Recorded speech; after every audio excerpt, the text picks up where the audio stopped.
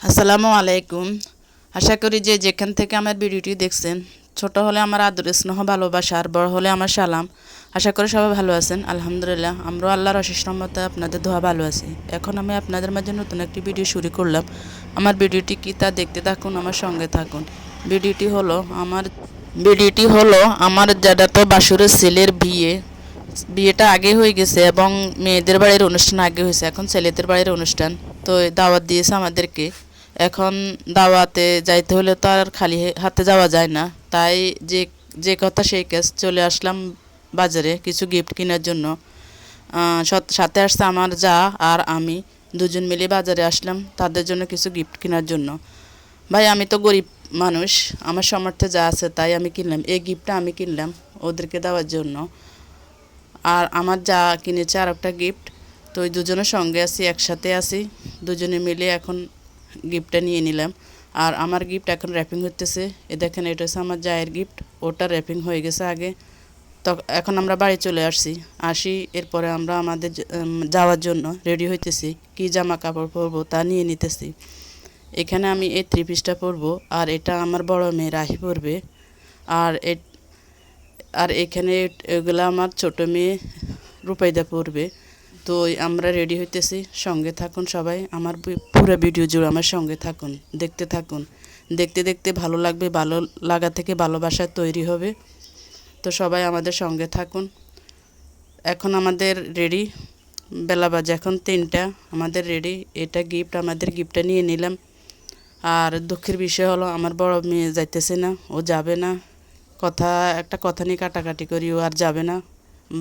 আর বাড়িও বেশি দূরে না, আমাদের এক বাগান ফারাক, এই বাগান আর ওই বাগান। তো কী করবো, দুঃখের সহিত এখন যাইতেছি আমি। এখানে আমার যা আমার ছোট মেয়েকে নিয়ে যাইতেছে, এই বাগান পার হইলে বাড়ি। তো চলুন, ওই দেখেন প্যান্ডেল, দেখেন ওই প্যান্ডেলে বিয়ের অনুষ্ঠান চলতেছে। কারণ অনুষ্ঠান অত বড় না, মেয়েদের অনুষ্ঠান আগে চাষ, এখন ছেলেদের অনুষ্ঠান। প্যান্ডেলের সামনে আসাতে সবাই বসাই দিল খাওয়ার জন্য। আর নিজের থেকেও ক্ষুধা লেগে গেছে, কী করব, বসে গেলাম খাওয়ার জন্য। তো এখন আমরা খাই নিতেছি। আপনারা কে কে আমাদের খাওয়া খাবেন, চলুন আমাদের আসুন, আপনাদের দাওয়াত, আপনারা আসেন, আসলে আমি আপনাদেরকে খাওয়াবো দাওয়াত করে। তো এখানে নিয়ে নিচ্ছি খাওয়া। আসছে রোস্ট, পাবদা মাছ, বক্তা, তারপরে যে সালাদ, এগুলো আসছে। তো বিসমিল্লাহ পড়ে খাওয়া শুরু করলাম। পেটের ভিতরে চৌচো করতেছে খিদা, তাই দেরি না করে খেতে বসে পড়লাম। এখন খাওয়াটা শেষ করব।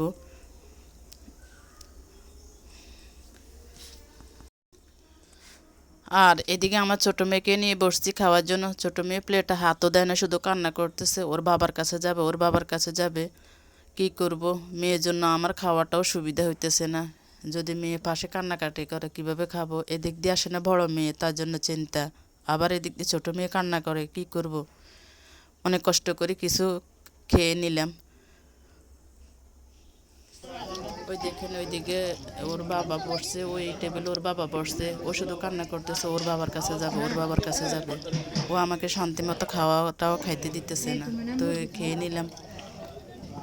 আর মেয়েকে নিয়ে এরপরে বাইরে পড়লাম, মেয়ে খাইতেছে না, কি করব।